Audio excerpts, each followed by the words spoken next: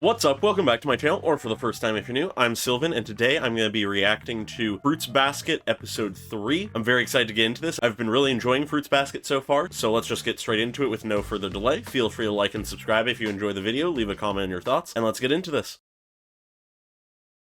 Alright, Culture Festival.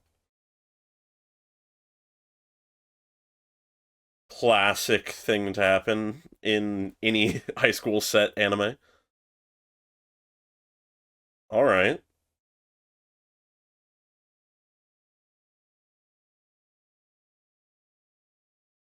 Ooh.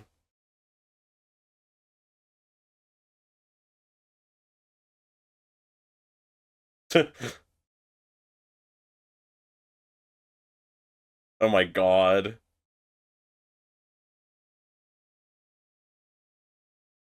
Alright, the bullies. God.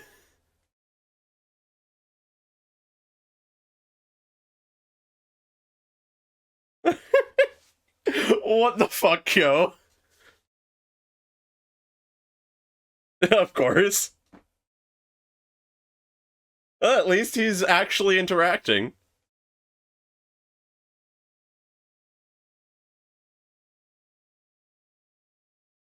Ah, make it a bit of a gamble.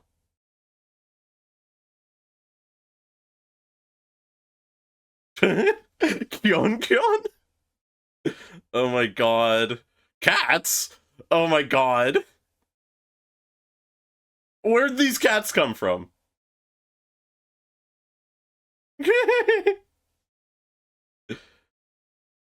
Oh my god.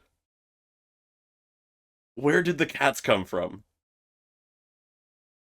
Hmm. Well, maintaining those comparisons, given that they're related. Cats really love him. Aww.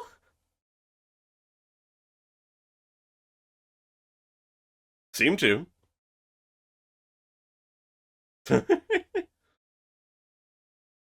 Okay.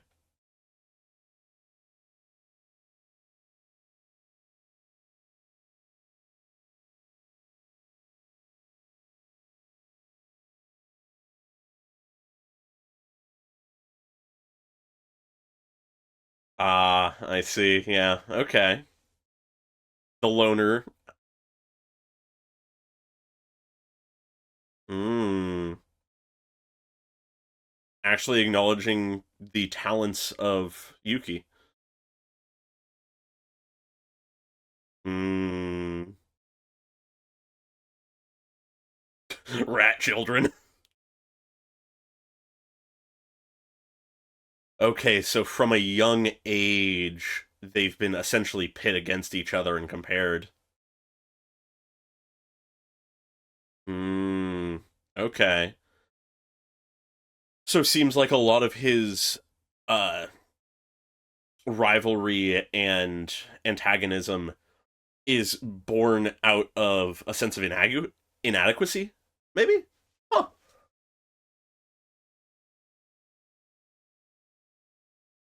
Interesting.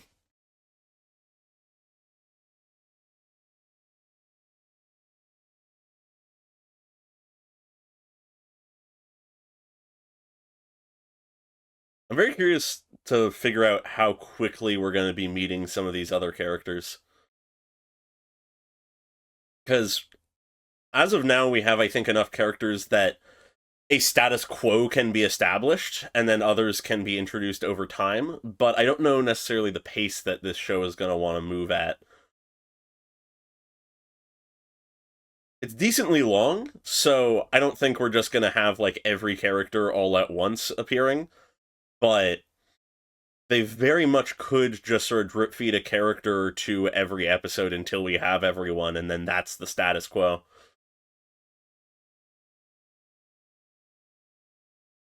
But part of me feels like we're probably going to focus on those three mainly for a while. Have other people dip in as time goes by.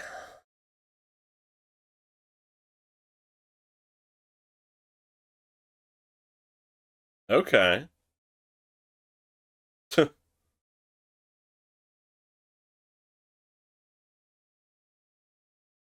Oh my god! An easy mark? Jesus. Oh my god.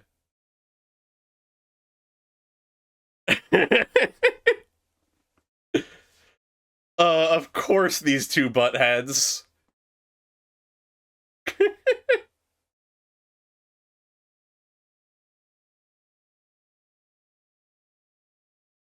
Oh, rejecting a confession. Uh-oh. Jesus. Yeah, for some decent reasons. Okay.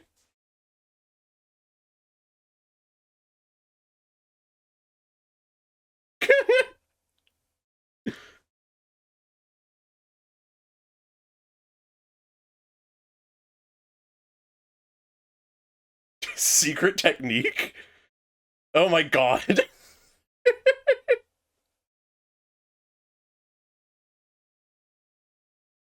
Who are these two guys that are just following him around?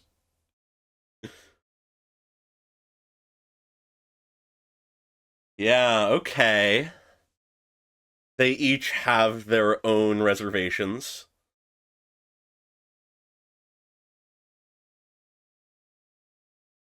I don't think I know the rules.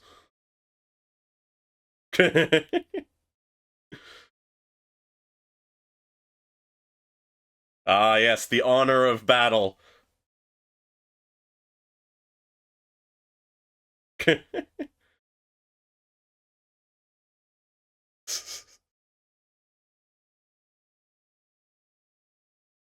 Oh my god. The way they just bounce back and forth is great. Yeah.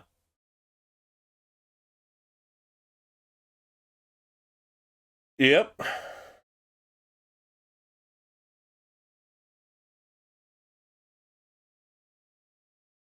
Interesting if that is how it works. Oh boy.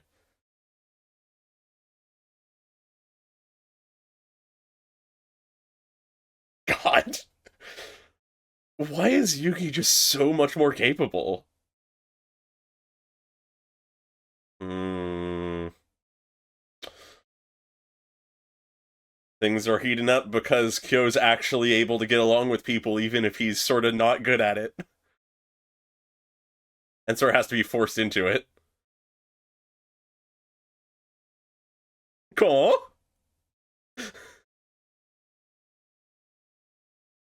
Ah, yes. Fair.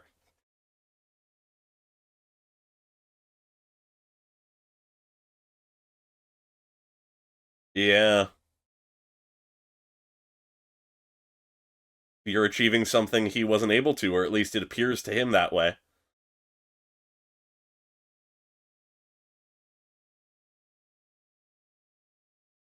Hmm. Yep. That is the case. Uh-oh. Uh, Toru, are you okay?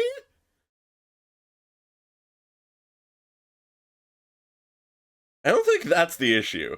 Oh, okay, we have a character.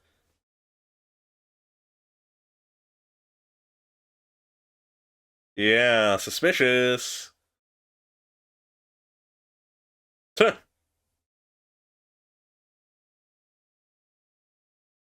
Oh, okay.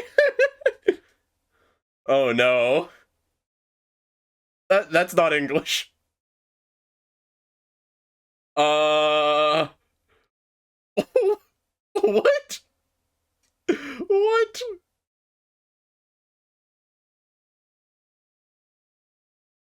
Okay. What?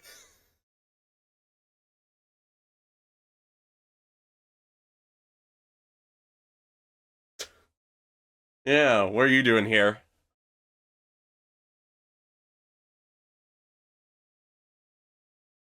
That's nice.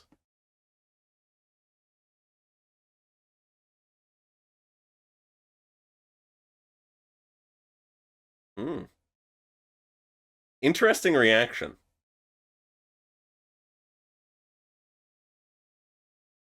Aw.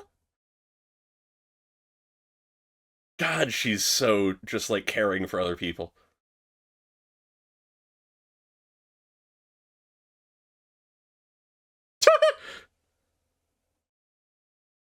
Oh my god. Uh-oh. Thank God those guys weren't paying attention.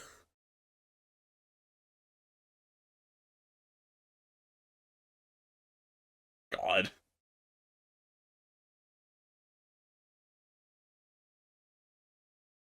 Okay. He's walking as a rat! Yo!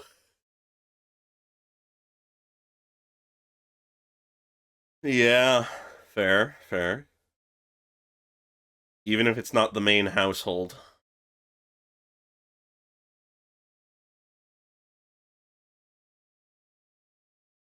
Based on how you grew up, that's fair.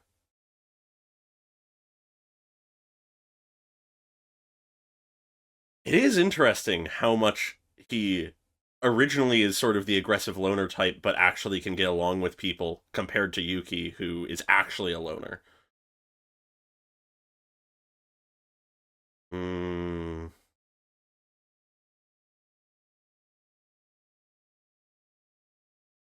Yep.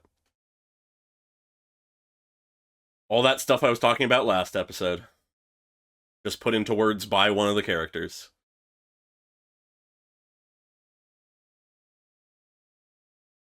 You have an entire fan club, dude.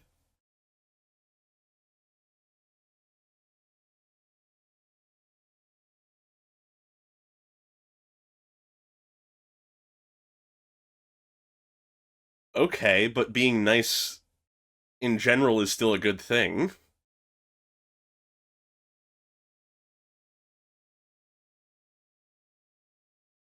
Yep, goes both ways.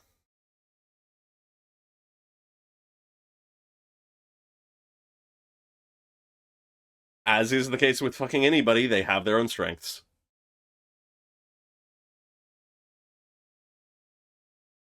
Huh. Instant thunderstorm?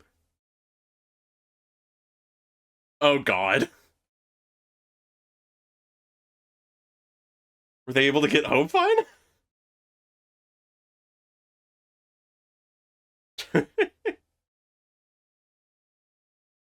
Okay.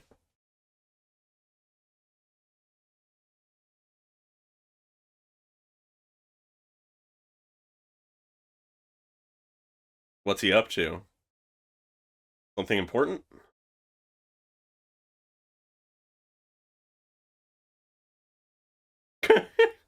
What? Oh no. Toru.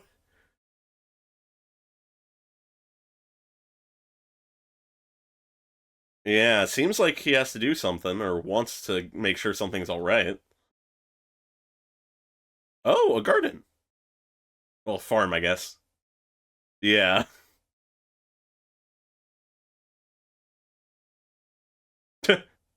Secret base. Okay. I think we heard about the secret base earlier in a previous episode. Okay. Covering them up so they don't get just blasted by the typhoon. Yes, yes, she is. To a fault. Nobody said that? How? Nope. It's innate to you because you have a lot of complicated emotions about being worthy of people's love.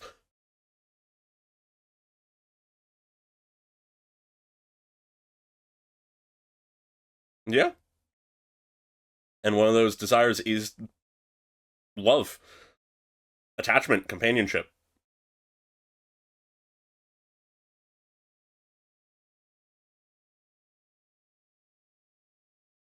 Yeah.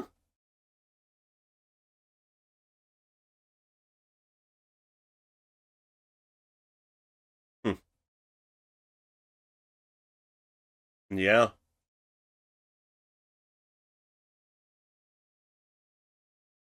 Fair.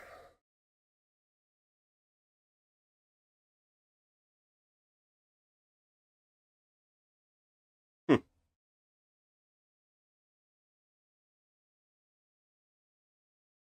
Okay.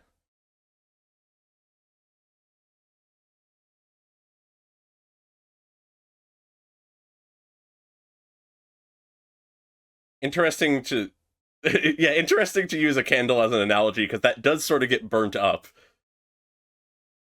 Of course, you could remelt it and shape it or whatever, but analogy gets too far away from the point there.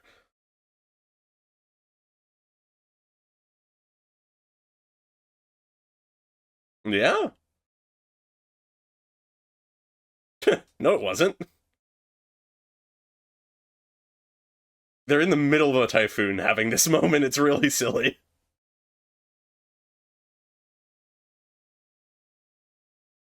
Hmm. Hmm. Fair.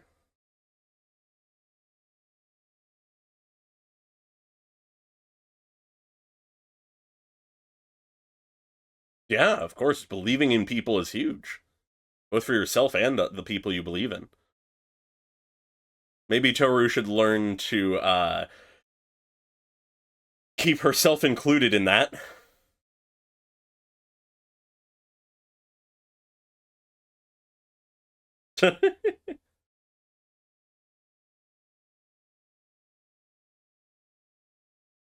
Hmm.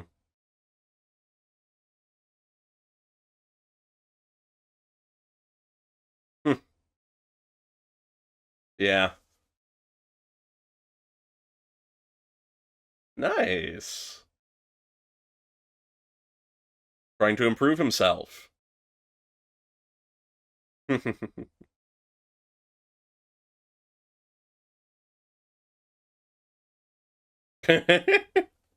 Defeating a strong opponent. Oh wow, the sunrise. Or sunset, I don't know. Were they out all night? Yeah. Huh.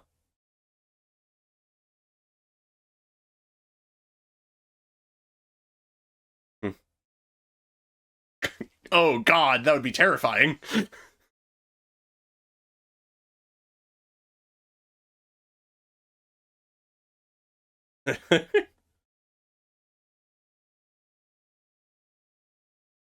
Okay, cool, cool.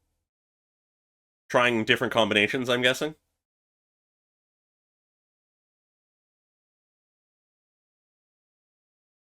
Hmm.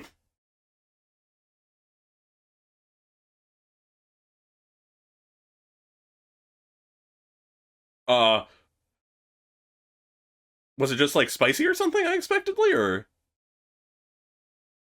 Oh. Ah.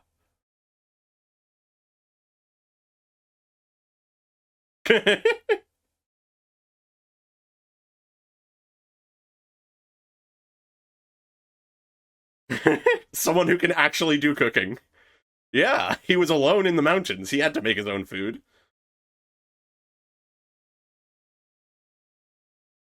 Rice ball training.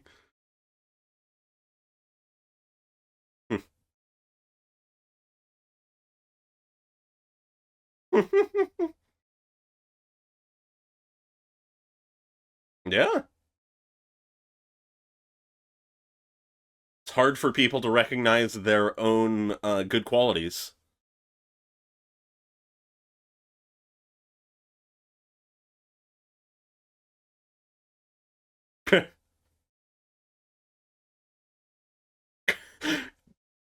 Toru with the analogies as of late.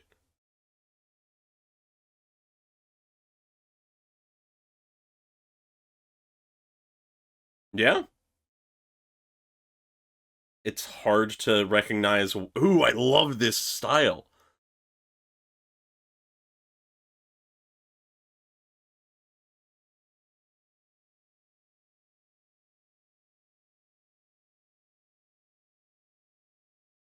Yeah. Easier to see the good in other people than in yourself. Also easy to see the bad in people, but you know.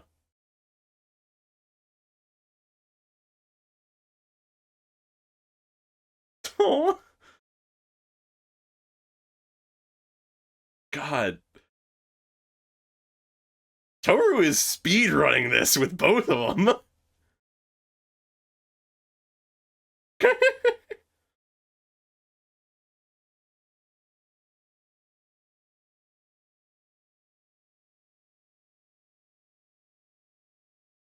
Yo! Kyo coming out with the reality of it all. Fuck yeah.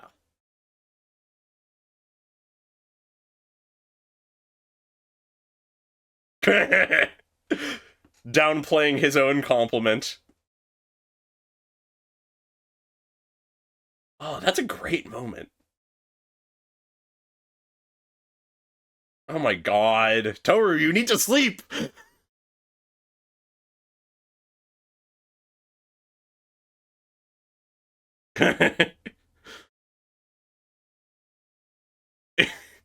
he's gonna force feed him it. No, I don't think so. It's just very far gone.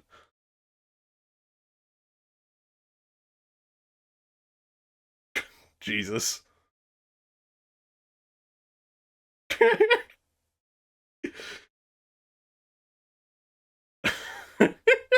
What is the posture? Oh my god. So goofy.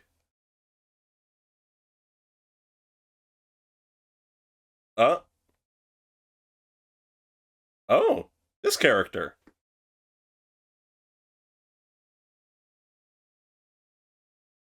Oh?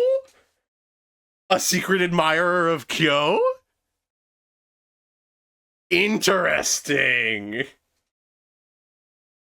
That's gonna be fun for next time. Okay, so this was a very fun episode. For its overall content, it really achieves a few key things. The main one is continuing to learn more about and extrapolate on the relationship of Kyo and Yuki. All the stuff that Toru discovers and Yuki and Kyo say about themselves or each other are the things that I discussed in the analysis of last episode, so I'm not going to necessarily rehash all of that right here again, because I think pretty much all of my thoughts from that hold up so far, but I will go over just sort of the basis of it, being that as this episode phrases it, both Kyo and Yuki are jealous of each other for differing reasons. The obvious reasons from last episode was that Yuki desperately wants to escape the Soma family, and therefore has no idea why Kyo would ever want to be an official part of the family fully, thinking that Kyo already has what he wants, but is trying to give it up, basically, and that annoys him and confuses him. Where for Kyo, he's looking at Yuki, who is this hyper-competent member of the main family, who realistically has everything that Kyo thinks he wants, but Yuki doesn't want that, and so once again, it's a case where the ideals just don't line up, they can't understand why the other wants the thing that they do. But the interesting second layer that this episode adds, which is actually a bit of a curveball I didn't expect initially, but I really like, is that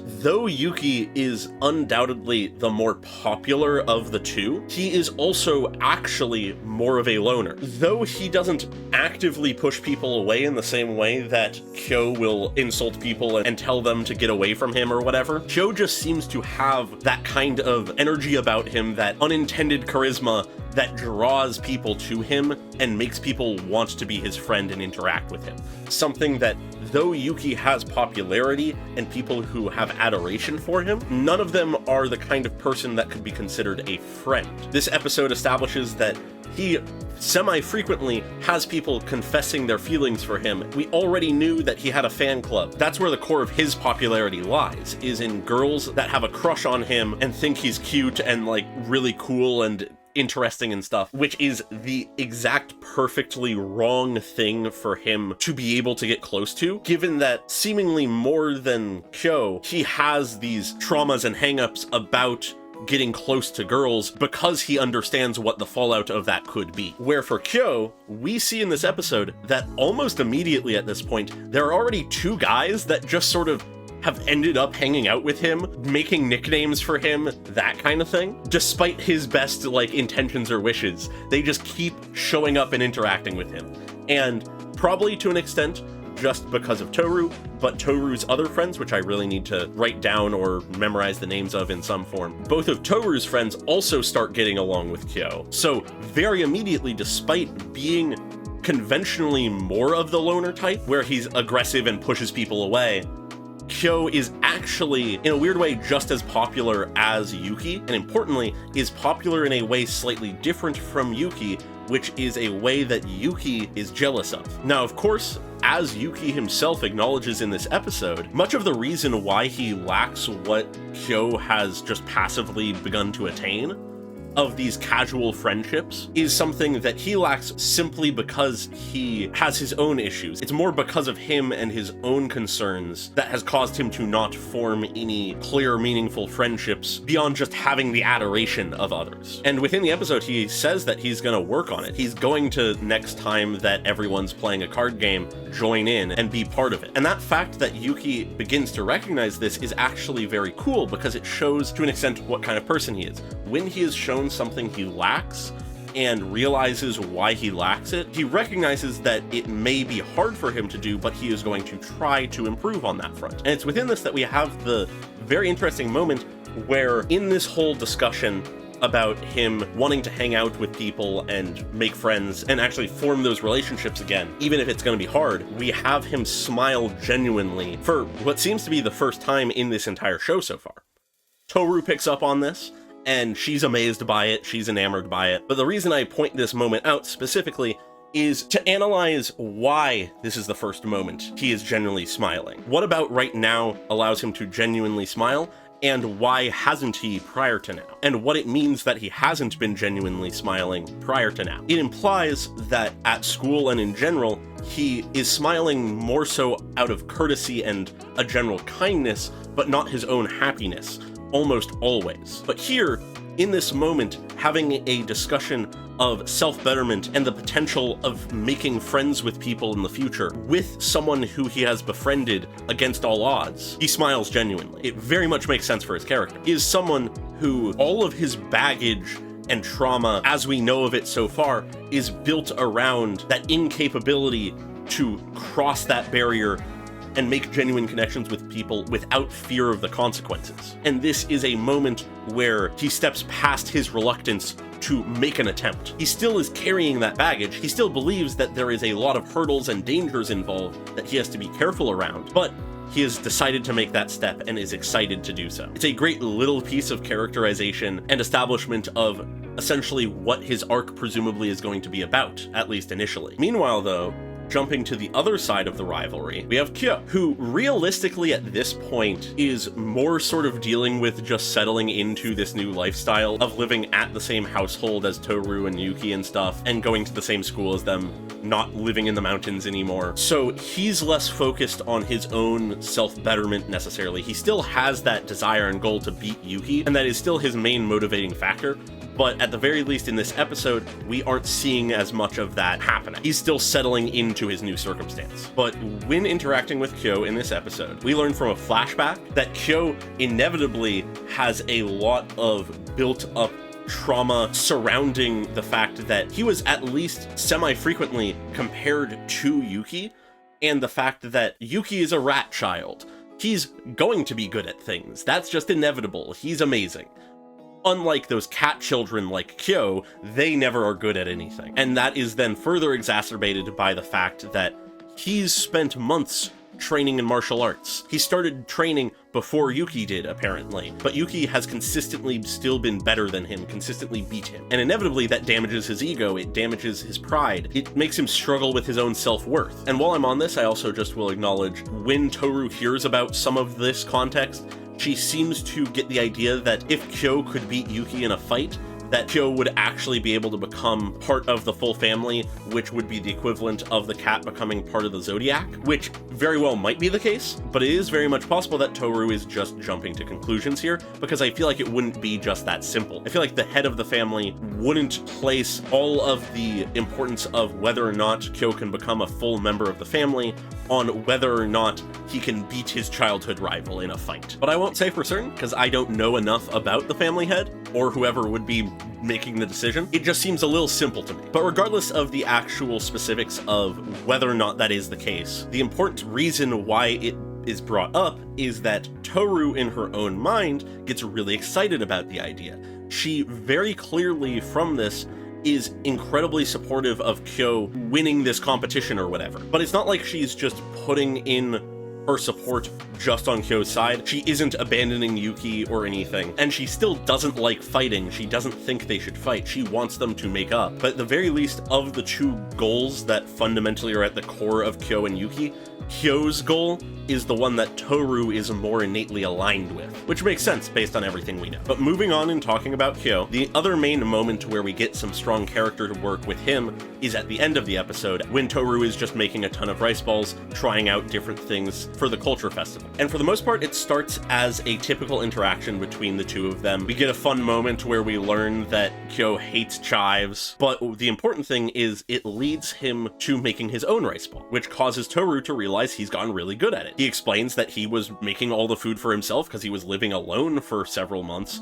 if not longer, and he doesn't think it's anything too crazy. It's just something he picked up naturally because he had to. But Toru insists that that is a really good thing, a impressive skill he has developed, something that others would be impressed by and maybe even jealous of. But he continues to brush off any praise, saying that it's nothing special as he tries to move on, at which point, though, Toru continues the discussion with an analogy. She brings up the idea that people struggle to see their own value and skills and good qualities by comparing it to a rice ball that has a plum on its back, which all things considered is a pretty solid analogy. We can't easily see our own backs, but it's really easy to see someone else's. So if all of our good qualities, all our skills, all our talents were on our back, then it makes sense that it is easier to see good qualities in others than ourselves. It's easier to be jealous of something someone else has that you don't think you have, despite the fact that you very well might have the same thing, the same skill, the same capability, you just might not realize it, which absolutely is a good way to describe Kyo in a lot of ways. He has a lot of sense of inadequacy. He thinks that he isn't as good as Yuki. He doesn't have all of these innate talents and skills that Yuki has. Not realizing that Yuki is going right around the other direction and thinking that Kyo has things he doesn't. And it's perhaps because Toru is beginning to see both sides of this rivalry that she's able to point this out so directly to Kyo. And as usual, Kyo tries to sort of brush it off, shouting at Toru a little bit, but it's clear that he internalizes this to at least a degree, as whether or not he accepts that about himself, he recognizes the truth in it when looking at Toru. Because throughout this episode and both of the previous episodes, Toru consistently is amazing at noticing the good qualities in other people, but is very bad at noticing the good qualities in herself. So in a moment that is surprisingly open and direct for Kyo, he throws the analogy back at Toru, saying, hey, you've got a plum on your back too, I can see it. It's shrouded in the analogy so that the real thing he's saying is sort of shrouded and he doesn't have to directly say something good about another person because he's not good about that. But it's interesting that he does see that about Toru and he calls it out. And it's an important thing to call out because it is absolutely true. And the moment that he says it, he tries to backpedal, saying, but it's small, it's like, it's not much, but Toru does not let go of it. And they probably would have kept going with all of that if it wasn't for Yuki coming in, and obviously, inevitably, that alters the dynamic of the discussion. But it's just a really strong moment of showing a level of care and perceptiveness from Kyo that prior to that moment, I didn't necessarily expect from him. Not to say that I didn't think he was a caring person, it's just I didn't expect him to be this observant or perceptive about it. And then beyond that, one other thing I would like to touch on is that during Yuki and Toru's discussion while protecting the garden, Toru starts explaining things and talking about stuff in a way that seems to have been passed on to her by her mother. Within that, we get some flashback to show her mother saying these things to her, which based on their attire and where they are, it very well might be shortly after the death and funeral of Toru's dad. The exact timing of it is not necessarily clear, but it very well could be around that. That's sort of the vibe I get. But the core of what the message Toru's mother passes on to her that then she,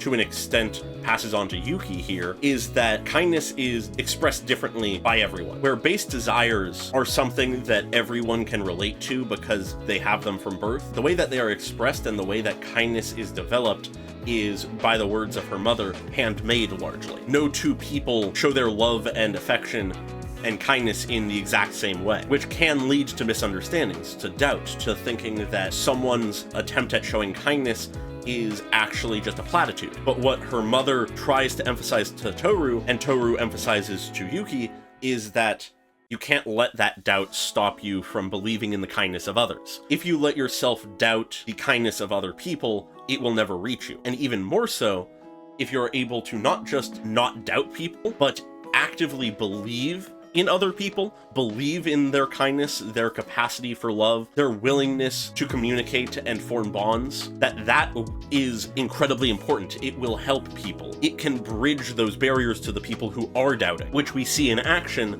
with Toru espousing this to Yuki, retorting his previous statements that the kindness of the people who have confessed to him and the people in his fan club and all the people that adore him, retorting the fact that he thinks they're being kind just because they want to get closer to him, which, hey, fun fact, that's how relationships work. People want to get close to each other, so they do things to make each other like each other. That's not like a bad thing. People do things for the people they care about. But the fact that Yuki doesn't initially fully understand that shows something about himself and the beliefs he's developed. It's very in line with his general reluctance to form close relationships. But at the very least, in some way, as I discussed earlier, there is a bit of a breakthrough there. He does promise to move forward a little bit, attempt to bridge that gap, believe in people a little bit, which is really solid. I really like it. And it once again is another sign of how much Toru's mother meant to her and how much her mother's words shaped her as a person. Regardless of how much of her mother she actually remembers clearly, or whether or not everything about her mother was as perfect as she remembers, there are words that her mother spoke that inspired her and molded her into the person she is, this being one such case. I don't think there has been a single point in this series yet where Toru has not assumed that someone is good, assumed that someone has good qualities, assumed the best out of people, which to potentially an unreasonable degree is essentially an embodiment of that belief in other people. To Toru, her mother's words are gospel, for better or for worse. But at the very least in this case, in this moment, in this conversation, it is for the better. It has bridged that gap to Yuki, enabled him to take a first step, which leads to the fact that Toru is so far from a perfect person, her type of flaws and traumas are built in a way to make her hyper competent and hyper caring and capable of reaching out to other people. But beyond that, there's really just a few key things I want to acknowledge going into the future of the series. One is we get the interesting sort of lore powers tidbit that rather than just being able to communicate with animals of the same type as the one that each Soma family member is associated with, they also naturally sort of just attract that animal, which we see very suddenly early in the episode with Kyo suddenly having a ton of cats crawling on him, and him rushing out of the classroom because of that, which is an interesting detail. It means that inevitably there is probably a lot of rats in the Soma household, but it's just a sort of interesting and useful piece of information because it means that not only can they communicate with them, but such animals are always sort of at their disposal. And I'm curious to see how that will be used in the future. But other than that, the main thing I want to acknowledge is the two character introductions we get in this episode. They are both very quick, very unexplained, and fairly mysterious. One of them is at the very end of the episode, and very clearly is more of a next episode hook than it is a full-on introduction, as we have a clearly sort of shy girl, who we saw in the opening at the very least, but I don't think we've seen prior to now, who clearly is in some way enamored with Kyo. As she arrives at the house, but then immediately hides behind a tree and then tentatively asks if this is where Kyo lives, basically. The exact circumstances of this girl are unclear so far, and assumably we will learn them in the next episode, but I am very curious to see who she is and what her attachment to Kyo is. Based on design alone, she seems to have what looks like an orange cat backpack, so it's entirely possible that her affection for him is based upon his connection to the cat. Whether she is somehow in the know about that, or if it's just that she sees how much cats love him and are attracted to him, and thinks that he might also just be a cat lover or something that is drawing her to him, we can't really say for now, but we shall see probably next episode. But the more sort of random and confusing of the two introductions is the one in the middle of the episode. A seemingly child, or at the very least very short person, who appears to be a foreigner, appears at Toru's place of work after the place is closed. Originally, just from seeing this character here and in the opening and ending, I have been assuming that they are part of the Soma family, or at the very least affiliated with one of the zodiac animals. But given that they seem to be a foreigner, perhaps that might not be the case.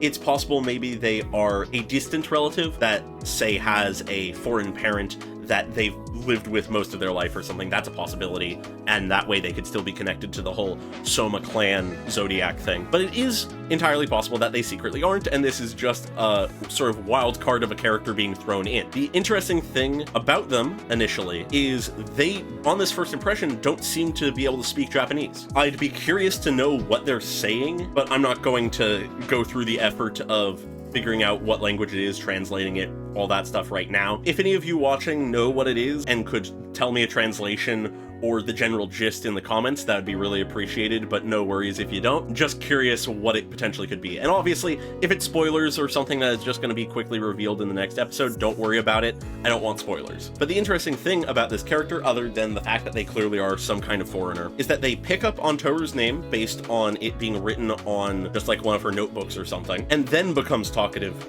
after that.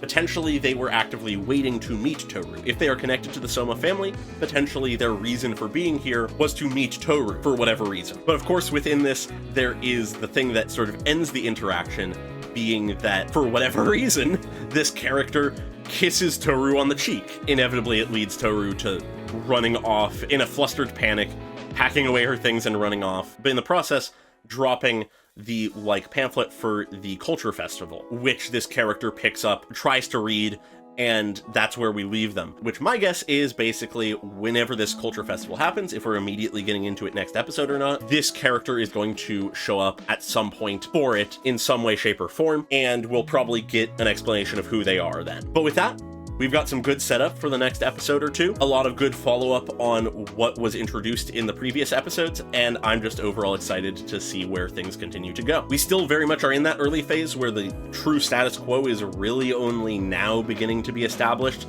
and it very much is still malleable. But for now, I'll stop rambling and leave it here. Feel free to like and subscribe if you enjoyed this video, leave a comment on your thoughts, and I hope you all have a great day. Goodbye.